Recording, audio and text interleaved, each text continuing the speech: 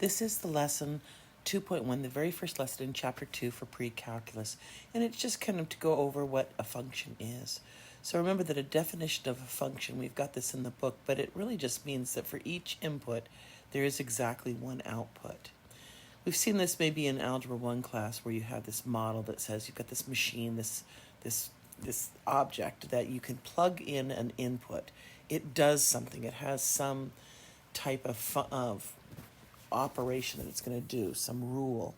And what comes out is called the output. So let's look at this in a table of data. And so I have this table of data, and we've got a bunch of inputs here in bright blue. We have outputs in purple, and the question is this a function? And we see that we have repeated inputs, a -1 and a -1. And you might say right away that, oh, then that's not a function because there's a repeat of my inputs. It's not about repeating inputs. It's about the fact that if there's repeated inputs, this input has an output of 5. So a -1 gives me a 5. And over here, where we have -1, we still have an output of 5. So therefore, that is perfectly fine.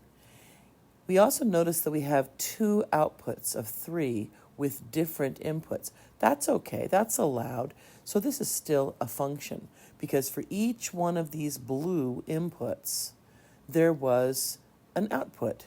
There wasn't any repeated or different outputs for the same input. Now we have another set of data, and we have all these inputs. Right away, we look at this and say, oh, we don't even need to know what the outputs are because there's nothing repeated for inputs, so I know I'm going to have everything just fine. And you say, well, wait a minute, what about all those outputs being 2? It doesn't matter. You can have repeated outputs. You just can't have inputs that are this, an input that has more than one output. So here's another situation. I've got a bunch of inputs, and we're looking and saying, ooh, here's a 2 and here's a 2. There's a potential that this is going to be just fine. If the output for this 2 and the output for this 2 are the same amount, everything's fine. We go, oh, okay, this one's got a 2, this one's got a 4. Nope, it's not a function because we have two different outputs for the same input. Now, don't be fooled. This doesn't mean that functions are good and non-functions are bad. It's just identifying that it's not a function. It doesn't follow this rule, okay? So I want you to look at these real quick and determine whether or not they're functions. And so I've got 4 different situations here. Pause the video and determine, is this a function? Is this a function? Is this, you can graph it if you'd like, if that would help you. And you could graph this if you'd like, if that would help you. You don't have to. Pause the video and answer the questions. Make sure you are explaining why. Okay, the first one is an input. We do have this repeated input, is a function. We do have a repeated input of -3 and -3, but everything's fine because in both cases we have the same output of 2. So what we say is this is a function because for every input there is one output. In part B, no, it's not a function because for the input of 5, there are 2 different outputs. So that's why this is not a function. Now, for y equals x squared, we could think of this, well, x squared, we can say it's a quadratic, but that's a type of polynomial, and all polynomials are functions. Also, we could graph it, and you might recall from Algebra 1, you had a vertical line test. So this is showing that since whenever you draw a vertical line anywhere, it's only going to touch the function once and only once. So if I have something like this here, and then I look at that and say, well, let's move it. No matter where we move it, it only touches that parabola once and only once. So therefore, it passes the vertical line test. Okay. For x equals y squared, we get this, which is a parabola that has been reflected across the line y equals x. And it's not a function because if I had an input of 4, there are 2 possible outputs, 2 and -2. So therefore, it is not a function. We want to talk about evaluating functions, and in doing so, we need to understand function notation. So first of all, in function notation, We have the naming of the function. So we could use lots of different letters. You see a lot of times we say F, but we could have all different things, A or D or T. And these are just names of functions. We have inputs, and you're used to seeing X as an input, but that's not the only input. We could have X as an input, but we could also have B or T or S. And then the way we would say output, when we say we have a function and here's its name, these are our inputs. The way we say output is by giving the name and then what we input. So we say F of X, or A of B, or D of T, or here's T of S. Many times we just simply say Y when we mean output.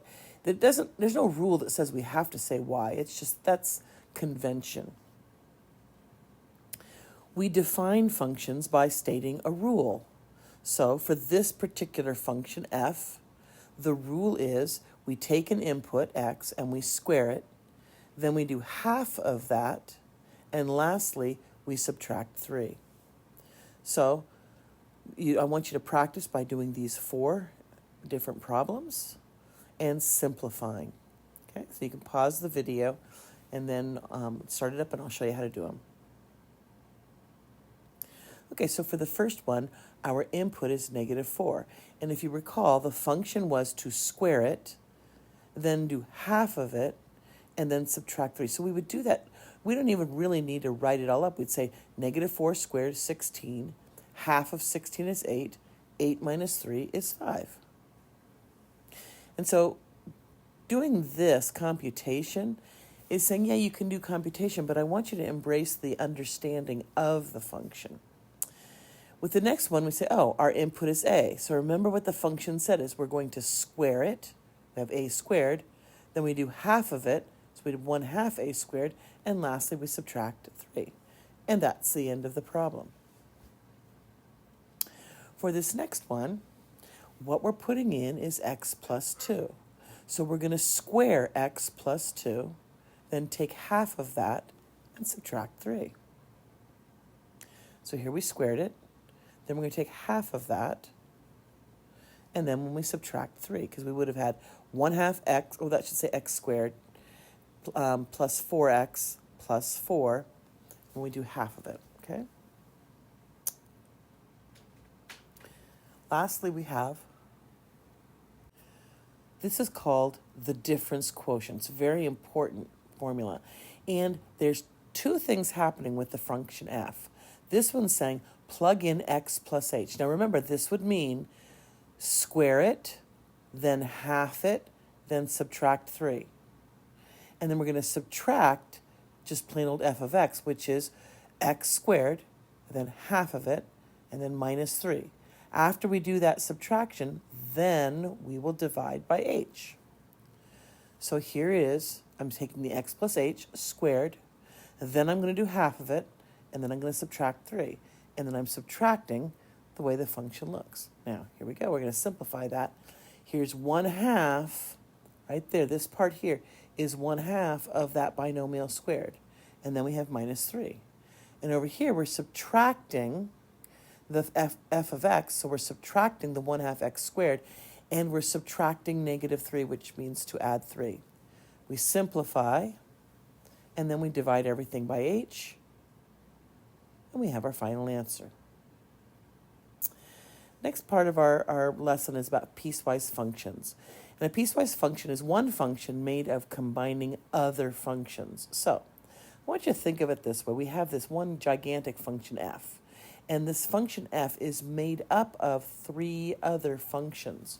Now those 3 functions cannot happen simultaneously in the same space. So we have to say, where do we use this g of x? Where do we use h of x? Where do we use k of x?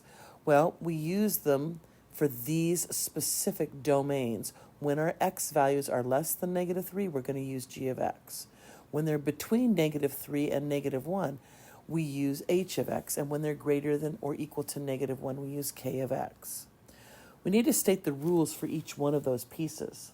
So I'm going to tell you now that g of x says to square it and subtract 1. H of x says to multiply by 3 and add 2. And k of x says to multiply times 2, add 3, and then take the square root. This is the way we typically see it. So now we're going to evaluate. And we have these 3 problems to evaluate. We want to give to the function f negative 3.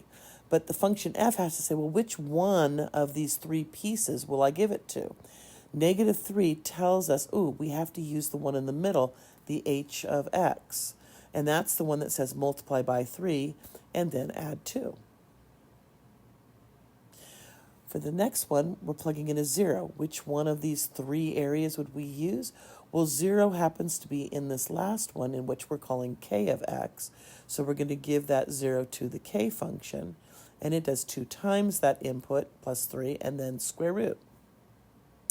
The last one, negative 4, well, that's where we would give it to the top function, which we call g of x. So we're going to do g of, and that one says to square it and subtract 1. We have 15.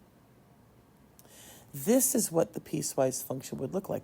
This piece over here is the g of x.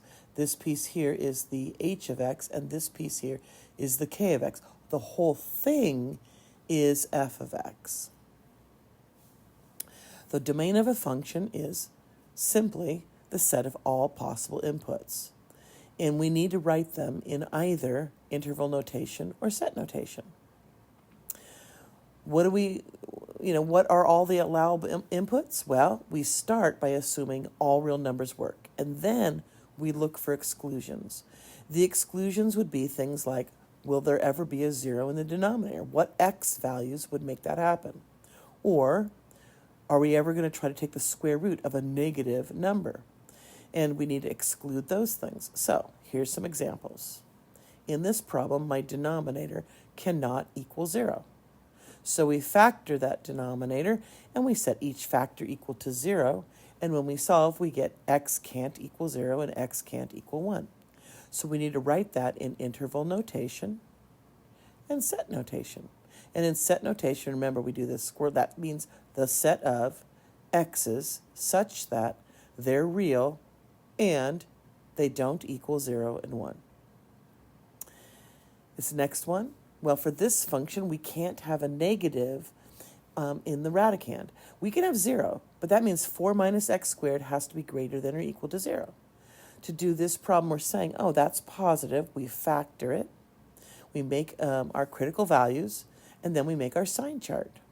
And we find out which area fulfills, meaning the product will be positive. Well, the only one is this middle interval here between negative 2 and 2. Including negative 2 and 2. So we can write the interval notation, or we can write set builder notation. In our third example, we don't care about the t minus 1. T minus 1 could be 0 or negative or anything else. The only thing we care about is this radicand, t squared minus 9. Now again, this has to be positive, but also it cannot equal 0. So we're going to say greater than, not equal to, 0. And just like the other problem, we factor it, and we make our sign chart with our critical values, and we find out where are we going to get a product that is positive. Well, we get a product that is positive over here where we're less than negative 3, or this side over here where we're greater than positive 3. And so we have our interval notation and our set notation. The last section of our lesson has to do with representations of a function. And there's always 4 different ways we can talk about a function. We could talk about it as a situation. This is where we see word problems. We could talk about it as equations, where I give you a rule. Let's say f of x equals 3x plus 2. We could have a table of values. And lastly, we could have a graph. And these all go around. You can, from a situation, you can graph it. From a situation, you can make a table. From a situation, you can write equation. And the same thing, equation we can graph, or equation we can do. The hardest one is to go from either of these 3 to a situation, because you'd have to be creative to think of a situation that might work for that. Your textbook has blue boxes on each of these types of representations, so you should look those up and study them. That's the end of your lesson.